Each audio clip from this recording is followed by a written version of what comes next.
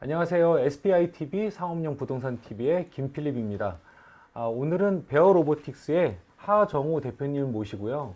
F&B 산업에서 활발하게 활동하고 있고 혁신을 주도하고 계신 서빙 로봇에 대해서 들어보고자 합니다. 안녕하세요. 예, 안녕하세요. 제가 맞게 소개했는지 모르겠는데 예, 우선 베어 로보틱스에 대해서 한번 회사 소개를 한번 간략히 해주시겠어요? 예, 베어로보틱스는 외식업의 4차 산업혁명을 주도하는 회사로서 로보틱스와 인공지능의 어떤 혁신 제품을 가지고 외식업이 훨씬 편하게 운영이 될 수 있게 이런 이제 혁신 제품들을 만들어가는 그런 회사입니다. 보통 로봇에 이름을 붙이기도 하는데 예. 로봇에 이름이 있나요?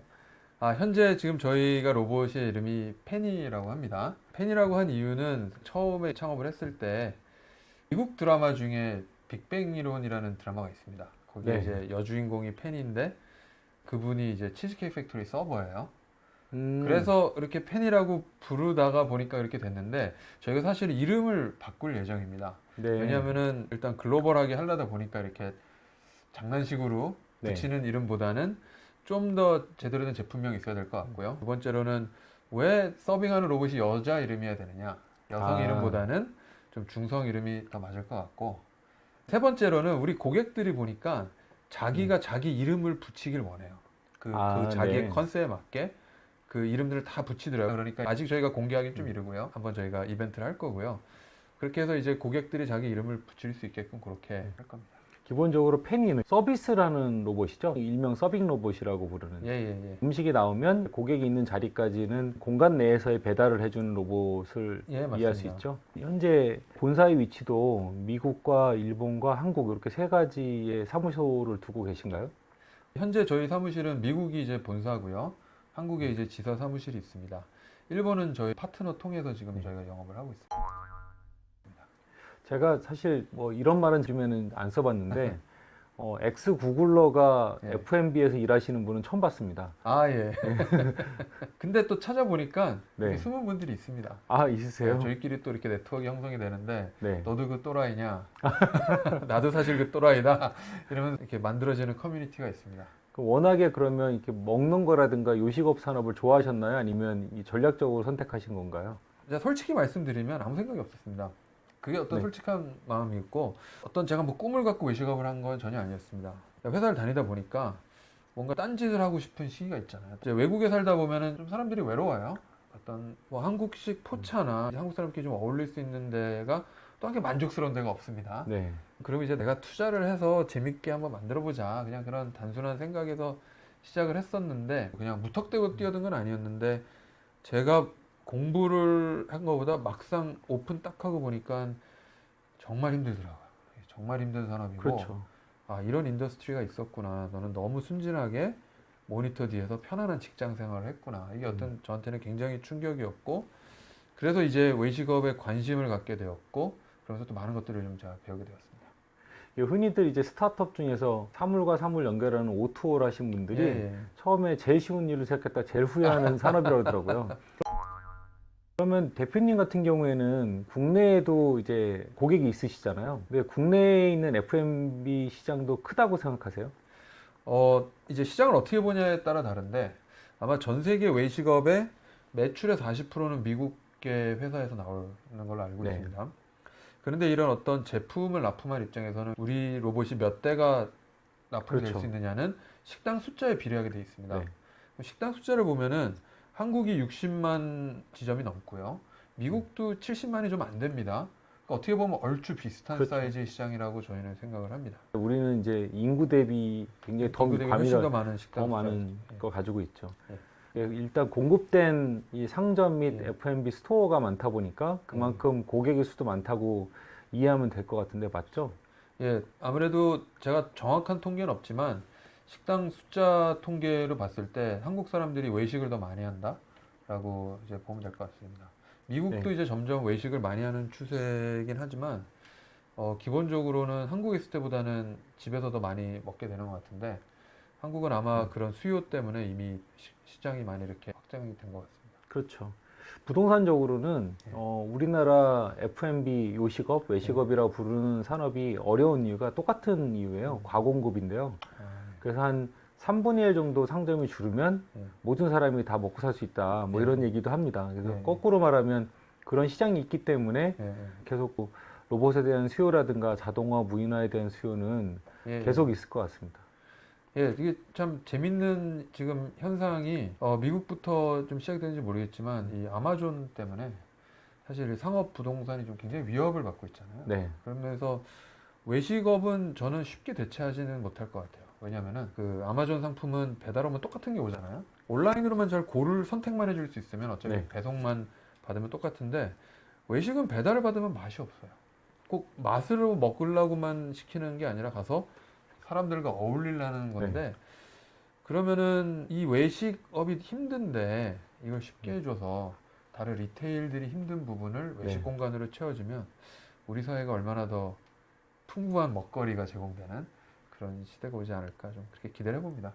그래서 제가 요즘에 보는 것 중에 가장 특이한 현상은 요 서빙 로봇 같은 경우에는 결국 도입하는 데 보면은 혁신성이 좀 있고 또 시장을 선도하고 있고 이미 시장에서 자기가 돈이 없는 사람도 아닌 더 성장하고 싶거나 비즈니스를 좀 더 잘하고 싶은 사람들이 선택하는 거로 보입니다. 그럼 그런 이유가 있다고 보세요? 전반적으로 어떤 혁신을 수용하는 면에 있어서 외식 시장이 그렇게 빠르진 않습니다. 일단 여러 가지 이유가 있는데 일단 매일매일 너무 힘든 거예요. 하루도 쉬지 않고 주 7일을 오픈하는 데가 대부분이고요. 어떤 데는 24시간을 이제 영업을 하는데 네.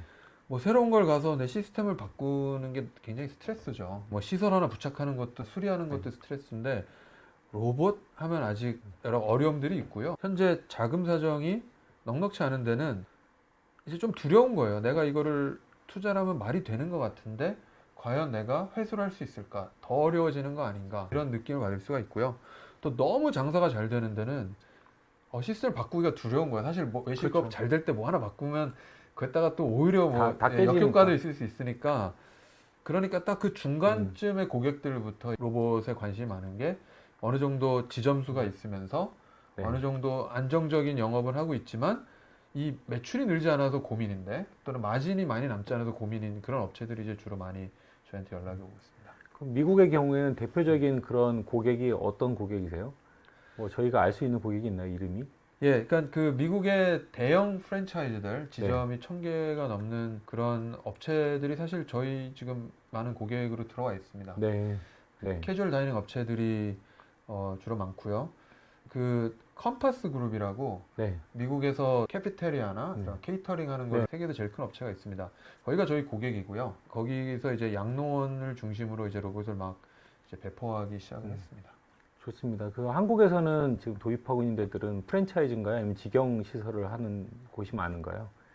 사실 연락이 많이 오시는데 그동안은 저희가 이제 미국 시장 쪽에 좀 더 집중을 하느라고 적극적으로 저희가 영업을 하고 있지는 않았습니다. 네. 근데 대부분 비슷한 것 같아요. 한국이나 미국이나 상황이 비슷한 게 캐주얼 다이닝 쪽에서 이제 비슷하게 수요가 있으신 것 같습니다. 제가 생각하는 그 일반적으로 비즈니스에서 로봇을 도입하기 꺼려하는 것 중에 1차적으로는 비용을 절감하는 요소라고만 생각하시는 분들이 있을 것 같아요. 사람이 이제 서비스를 쓰게 되면 뭐 손님이 있을 때나 없을 때나 이제 웨이터나 서비스를 해준 사람이 있어야 되는데 좀 그게 아까워 보일 수도 있고 그래서 비용적으로만 접근할 수도 있는데 제가 대표님이 이제 인터뷰하셨던 영상들을 보니까 결국 이제 이 로봇은 이제 서비스를 해주는 사람의 유인 서비스와 같이 더 결합될수록 오히려 더 좋은 부분이 있다. 맞습니다. 예, 그래서 저는 그래서 요거를 비용과 매출의 중간값 그리고 내가 가진 사람의 자원과 나머지 무용적 자원, 뭐 유용적 자원 로봇을 포함한 이런 것들의 결국 최적치를 찾는 옵티마이제이션의 과정이 아닐까라고 보는데요. 그렇게 이렇게 보시나요? 예, 굉장히 지금 정확하게 표현을 해주셨습니다. 아마 대부분의 1차적으로 도입하라는 이유는 현재는 비용 절감 또는 마케팅 효과 두 가지인데 제가 말씀드리지만 생각보다 마케팅 효과는 어떤 특수한 경우가 아니면 그렇게 있진 않아요. 외식을 하러 가는데 저게 로봇이 있어 거기서 다시 가나요? 맛있는 데를 찾아갑니다. 그렇죠. 우리가 같이 어울리기 좋은 데를 찾아가지 절대 로봇을 보러 돌아오지 않습니다. 근데 이제 막상 또 인건비 절감을 위해서 로봇을 도입했더니 효율이 안 나오더라. 이런 얘기들이 나옵니다. 저는 항상 그 큰 회사들이랑 영업을 할 때 이 설명을 해드리는데, 이거는 맥도날드가 정말 그 구조를 바꾸면서 혁신을 가져왔듯이 동선 설계부터 다시 해야 되는 거다. 그렇죠. 이게 로봇을 그냥 딱 납품 받아서 그냥 돌린다고 여러분들이 절대 쉽게 쓰진 않는다. 홀에서 사람이 할 일이 있고 로봇이 할 일이 있는데 종업원들이 그 행동을 바꿔주지 않으면 효율이 잘 나지 않습니다. 큰 업체들은 아예 그런 실험 공간을 해서 계속 돌려봅니다. 계속 돌려보고 동선 설계를 하고 이제 서베이도 하고 하면서 그거를 맞춰갑니다. 이제 1,000군데를 납품해야 되는 거는 네. 어마어마한 프로젝트이기 그렇죠. 때문에 지금 지점 한 군데 가서 계속 테스트를 해보고 고객 반응 보고 종업원들 반응 보고 이제 또 재밌는 반응이 많습니다. 이제 어떤 종업원들은 너무 편하다. 이제 좀 특히 좀 나이 네. 많으신 분들은 자기가 하루 종일 이걸 걸어야 되는데 로봇한테 보내니까 몇 번이라도 쉬는 거는 이거는 뭐 돈 문제가 아니에요. 그냥 나는 무조건 로봇을 쓰고 싶습니다 하는 사람들. 어떤 종업원들은 로봇을 보고 울어요. 왜요? 자기가 지금 너무 힘들거든요. 아침에 4시간, 6시간 시프트 동안 4시간 해왔는데 만복이 이제 폰에 있는 걸 딱 보여줬는데 이미 한 8kg를 걸었어요. 아, 특히 이제 외국 분들 좀 덩치가 있으시잖아요. 그렇죠. 그렇죠. 무릎도 안 좋고 하는데 로봇을 보더니 진짜 그 종업원이 웁니다. 외식업의 우리 CEO가 누구냐 할 때 이제 C가 외식업의 커스터머들, 우리 네. 고객들이고, E가 종업원들이고, O가 이제 오너들, 오퍼레이터들이라고 하는데, 많은 경우는 일자리를 대체를 해서 뭔가 인건비 세이브로 가면은 종업원들이 좋아하질 않아요. 그렇게 해서 네. 절대 저는 성공할 수 없다고 생각을 하고, 이게 전체적으로 종합해서 시스템을 바꿀 때 종업원들이 만족스럽고 종업원들이 덜 힘들기 때문에 이분들이 에너지가 넘쳐서 손님들한테 잘하게 돼 있습니다. 그래서 그걸로 이제 매출이 늘어나는 거를 볼 수 있고 또 절대적인 팁도 많이 오르고 있습니다. 저희가 납품했던 거의 모든 데서는 그 효과를 봤고요. 저희 식당에서도 매출이 30%가 올랐어요. 팁도 한 1인당 나눠 갖는 돈이 한 20% 정도 오르고 그랬습니다.